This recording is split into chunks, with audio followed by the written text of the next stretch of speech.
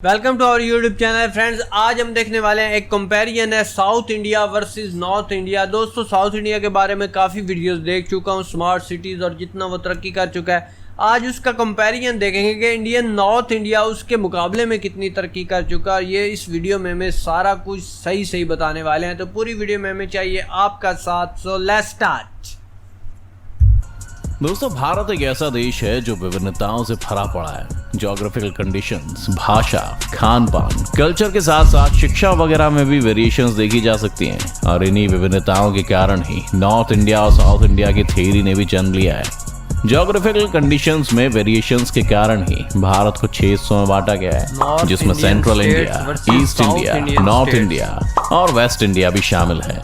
मगर south India north India में भाषा, कल्चर, खान पान के साथ साथ शिक्षा में भी अंतर हमेशा चर्चा का विषय रहा है। कई तरह की रिपोर्ट्स की माने तो शिक्षा में अंतर के कारण यहाँ साउथ इंडिया के राज्य नॉर्थ इंडिया के मुकाबले काफी तेजी से प्रोग्रेस कर रहे हैं।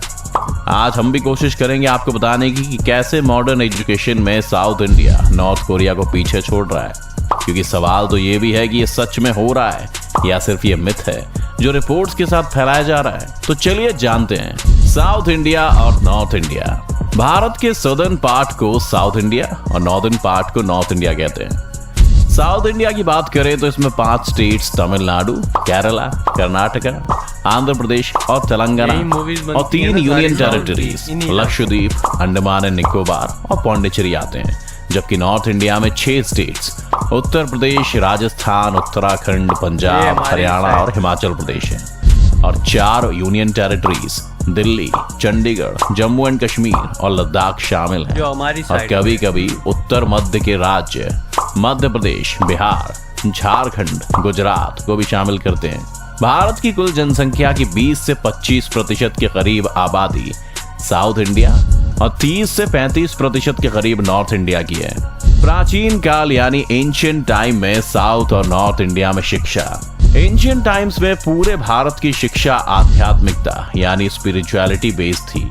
चाहे नॉर्थ हो या साउथ, हर जगह गुरुकुल सिस्टम ही लागू था, जहाँ ज्यादातर स्टूडेंट्स को धर्म ग्रंथों जैसे वेद, उपनिषद को पढ़ने और उनके प्रिंसिपल्स को अपने जीवन में उतारने की सीख दी जाती थी। एंशिएंट टाइम्स में उत्तर और साउथ इंडिया की शिक्षा व्यवस्था में ज्यादा अंतर नहीं था, बल्कि नॉर्थ इंडिया कुछ हद तक आगे भी था, क्योंकि यहाँ के तक्षशिला, नालंदा, वल्लभी, पाटलिपुत्र, बनारस जैसे शिक्षा के गढ़ पूरे विश्व में फेमस थे। हालांकि साउथ इंडिया में भी तंजौर, कांचीपुरम, तिरुवोरियूर, मैसूर जैसे क्षेत्र भी शिक्षा में नॉर्थ इंडिया को कड़ी टक्कर दे रहे थे। दोनों जगहों पर मेनली धर्म ग्रंथों, वैदिक गणित, ज्योतिष, दर्शन शास्त्र, संगीत जैसे विषयों की शिक्षा दी जाती थी। तो एंशिएंट टाइम्स में दोनों में से कौन बेहतर था, ये कहना थोड़ा कठिन हमेशा से रहा है। मध्यकाल यानी middle times of south India and north India का कंपैरिजन।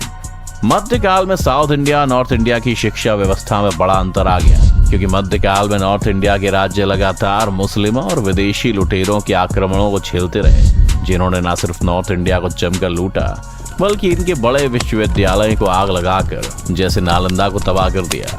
जबकि साउथ इंडिया ज्यादातर इन आक्रमणों से बचा रहा, जैसे मुगलों और कई विदेशी लुटेरों की दाल साउथ इंडिया में कभी नहीं गली और साउथ इंडिया अपनी भाषा और कल्चर में शिक्षित होता रहा।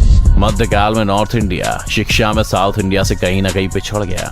मॉडर्न टाइम्स में साउथ इंडिया और नॉर्थ इंडिया का कंपैरिजन। अगर टाइम की बात की जाए तो मॉडर्न टाइम्स में साउथ इंडिया ने नॉर्थ इंडिया को शिक्षा के अलावा भी कई क्षेत्रों में पीछे छोड़ दिया है, जिसका कारण है कि आजादी के बाद भारत के नॉर्दर्न स्टेट्स ने खेती बाड़ी को हाथों में लिया, वहीं साउथ इंडिया ने विज्ञान और तकनीकी को अपना लिया। आज देश के ज्यादातर हाईली रेप्यूटेड यूनिवर्सिटीज आपको साउथ इंडिया में मिलेंगी। IISc बेंगलुरु आज देश की यूनिवर्सिटीज की लिस्ट में ज्यादातर टॉप पर बना रहता है। इसके अलावा VIT, IIM बेंगलोर जैसे कई इंस्टीट्यूट्स आज देश के साथ ही पूरी दुनिया में अपनी जगह बनाए हुए हैं। हम कैसे कह सकते हैं कि साउथ इंडिया आज नॉर्थ इंडिया से शिक्षा में काफी बेहतर है?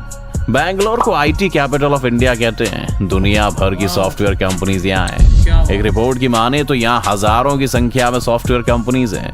बहुत सारी बड़ी कंपनीज जैसे विप्रो, इन्फोसिस, माइंडट्री के हेडक्वार्टर्स भी यही हैं। इसके अलावा हैदराबाद फार्मेसी हब और बेंगलोर के बाद सॉफ्टवेयर कंपनीज का दूसरा बड़ा हब है और चेन्नई ऑटोमोबाइल का हब है। इन सब कंपनीज के साउथ इंडिया के इन शहरों में होने की वजह से ही इन राज्यों की शिक्षा व्यवस्था साइंस एंड टेक्नोलॉजी पर ज्यादा बेस्ड है, जबकि नॉर्थ इंडिया में ऐसा नहीं है। इससे यहाँ की यूनिवर्सिटी साइंस एंड टेक्नोलॉजी के लिए इतना क्रेज नहीं है। इसरो जैसे scientific research centre, Reddy laboratory pharma research centre भी साउथ इंडिया में, जो वहाँ की शिक्षा की क्वालिटी को सुधारने में कैटलिस्ट की तरह काम कर रहे हैं। माइक्रोसॉफ्ट के सीईओ सत्या नडेला और गूगल सीईओ सुंदर पिचाई जैसी हस्तियां, जो आज दुनिया की सबसे बड़ी कंपनियों में सबसे बड़े पद पर है, साउथ इंडिया के आंध्र प्रदेश और तमिलनाडु से हैं, जबकि इन्फोसिस जैसी वर्ल्ड लेवल की सॉफ्टवेयर कंपनी बनाने वाले नारायण मूर्ति साउथ इंडिया से ही आते हैं। ये हस्तियां साउथ इंडिया में यूनिवर्सिटी और स्टूडेंट्स के हाई लेवल एजुकेशन की क्वालिटी के बारे में बताती हैं, और वहाँ के स्टूडेंट्स में इन्हीं लोगों से इंस्पिरेशन लेकर बेहतर शिक्षा का क्रेज है। जबकि नॉर्थ इंडिया में शायद ही ऐसा कोई आदमी हो जो शिक्षा के दम पर इतने बड़े मुकाम पर पहुंचा हो। एक रिपोर्ट के मुताबिक साउथ इंडिया के आदमी अपने बच्चों की उच्च शिक्षा के लिए नॉर्थ इंडिया से ज्यादा खर्च करते हैं। कुछ समय पहले आई एक रिपोर्ट की माने तो साउथ इंडिया में हर एक स्टूडेंट पर हर साल एवरेज 37,000 से ज्यादा का खर्च होता है, जो कि उनके ईयरली घरेलू खर्च का लगभग 43% है। जबकि नॉर्दर्न स्टेट्स में करीब 25,000 से ज्यादा है। ह्यूमन डेवलपमेंट इंडेक्स की रैंक की लिस्ट में केरला टॉप पर है। इसके अलावा और भी साउथ इंडियन स्टेट्स की हालत नॉर्थ इंडिया से बेहतर है। आपको बता दें कि HDI निकालने के लिए राज्य की शिक्षा की क्वालिटी भी एक पैमाना है। कुछ आंकड़ों को पढ़कर भी हमें अंदाजा लगेगा कि शिक्षा में साउथ इंडिया नॉर्थ इंडिया से बेहतर है। 2021 की एक रिपोर्ट के अनुसार साउथ इंडिया के राज्यों का लिटरेसी रेट जैसे केरला का 96% था, जो कि भारत में सबसे बेहतर है, जबकि नॉर्थ इंडिया के राज्य इसके आसपास भी नहीं है। बाकी साउथ इंडिया के राज्यों की हालत नॉर्थ इंडिया के राज्यों से काफी बेहतर है। साउथ इंडिया में महिला लिटरेसी रेट भी नॉर्थ इंडिया से बढ़िया है। साउथ इंडिया की अधिकतर महिलाएं साइंस एंड टेक्नोलॉजी से जुड़ी हैं, जैसे टेसी थॉमस जैसे कई नाम हैं। जबकि नॉर्थ इंडिया की महिलाओं का लिटरेसी रेट काफी खराब है। उनको केवल घर संभालने की जिम्मेदारी मिलती रही, जिससे उनकी शिक्षा अधूरी रही। क्या कारण है जिससे साउथ इंडिया शिक्षा में नॉर्थ इंडिया से आगे है? अंग्रेजी आज पूरे विश्व में बोली जाती है। साउथ इंडिया के कोस्टल जोन में होने के कारण यहाँ से दुनिया भर में बिजनेस होता था, जिससे साउथ इंडिया के लोग बहुत पहले से अंग्रेजी और बहुत सारी विदेशी भाषाएं जानने लगे और मॉडर्न एजुकेशन में नॉर्थ इंडिया को भी पीछे छोड़ते गए। आजादी के बाद नॉर्थ इंडिया आतंकवाद, पार्टीशन से उपजी समस्याओं में उलझा रहा और शिक्षा पर साउथ इंडिया की तरह ध्यान नहीं दे पाया। नॉर्थ इंडिया की जनसंख्या साउथ इंडिया के कंपैरिजन में बहुत ज्यादा है, जिससे सरकार सभी के लिए शिक्षा की व्यवस्था नहीं कर पाती, जबकि साउथ इंडिया में जनसंख्या कम होने से उनकी शिक्षा की प्रॉपर व्यवस्था हो जाती है। साउथ इंडिया में नॉर्थ इंडिया के कंपैरिजन में कम्युनल एंड रिलीजियस हेट्रेस काफी कम है, जिससे यहाँ की सरकारें केवल जनता की शिक्षा, मेडिकल जैसी सुविधाएं देने में लगी रहती हैं। साउथ इंडिया में चुनाव ज्यादातर शिक्षा, मेडिकल सुविधाएं, रोजगार के नाम पर लड़ा और जीता जाता है, लेकिन नॉर्थ इंडिया में कास्ट और रिलीजन के नाम पर। आपको क्या लगता है, अगर नॉर्थ को भी अपनी शिक्षा नीति इतनी बेहतर करनी है तो क्या क्या करना पड़ेगा? हमें कमेंट में बताएं। सबसे पहले तो जो नॉर्थ इंडिया है ना, मैं इसके बारे में इतना एक जानता हूँ कि जो भी जंगें लड़ी गई हैं इंडिया और पाकिस्तान के दरमियान, वो वैसे तो जो बॉर्डर हैं वो नॉर्थ इंडिया के साथ ही होते हैं। ये इलाके जंग में भी तो रहे हैं, और इसके अलावा इन इलाकों में वाक़यात भी ज़्यादा होते हैं, लड़ाइयाँ वगैरह। और इसके अलावा हमारा ये खित्ता एक दूसरे के साथ मिलता भी ज़्यादा। मतलब ये कि जब मुग़ल यहाँ रहे या अंग्रेज़ रहे, उन्होंने इन इलाकों में ज़्यादा क़याम किया था। और जो साउथ इंडिया है वहाँ पर इनके अपने महाराजा वगैरह ज़्यादा थे, वहाँ पर इनके जाने की हिम्मत नहीं होती थी, और इसी वजह से मुग़लों का वैसे तो पूरे इलाके पे कब्ज़ा था, लेकिन पहले की बात कर रहा हूँ, उन्होंने ना अपने इलाके अपने पास रखे, तालीम में अपने लोगों को ज़्यादा किया। फिर वो खूबसूरत इलाके बहुत ज़्यादा हैं। आजकल की बात करें तो जिस तरह के स्मार्ट सिटीज़ हम साउथ इंडिया के देखते हैं, ऑसम यार, जितना खूबसूरत वहाँ पर डेवलपमेंट हुई है ना, मुझे नहीं लगता इस पूरे एशिया में कहीं हुई है। ऑसम था, आउटस्टैंडिंग था। क्योंकि चाइना तो फिर थोड़ा सा बहुत एडवांस निकल गया ना, चाइना के अलावा बात कर रहा हूँ।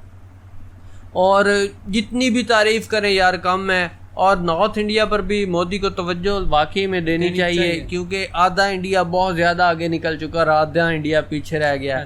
तो पाकिस्तान तो चलो हमारा, हम दुआ ही कर सकते हैं कि नॉर्थ इंडिया के साथ ही, हाँ उसके साथ ही मैच कर जाए तो बड़ी बात है। लेकिन साउथ इंडिया तो बहुत आगे, खासकर मूवीज़ की टेक्नोलॉजी देख लो कि आजकल हम प्रेफर करते हैं साउथ इंडियन मूवीज़ को, बॉलीवुड को देखना ही अब पसंद नहीं करता। पता नहीं बॉलीवुड के साथ हुआ क्या है। तो साउथ इंडियन मूवीज़ की बॉलीवुड में कॉपी होती है, इतना वो आगे निकल चुके हैं। तो इतना कुछ ही हम जानते थे। वीडियो में हमें बहुत कुछ सीखने को, देखने को मिला है। आपको वीडियो कैसी लगी है लाजमी अपने ख्यालात बताएं। वीडियो अच्छी लगी हो तो लाइक शेयर लाजमी करें। Bye bye.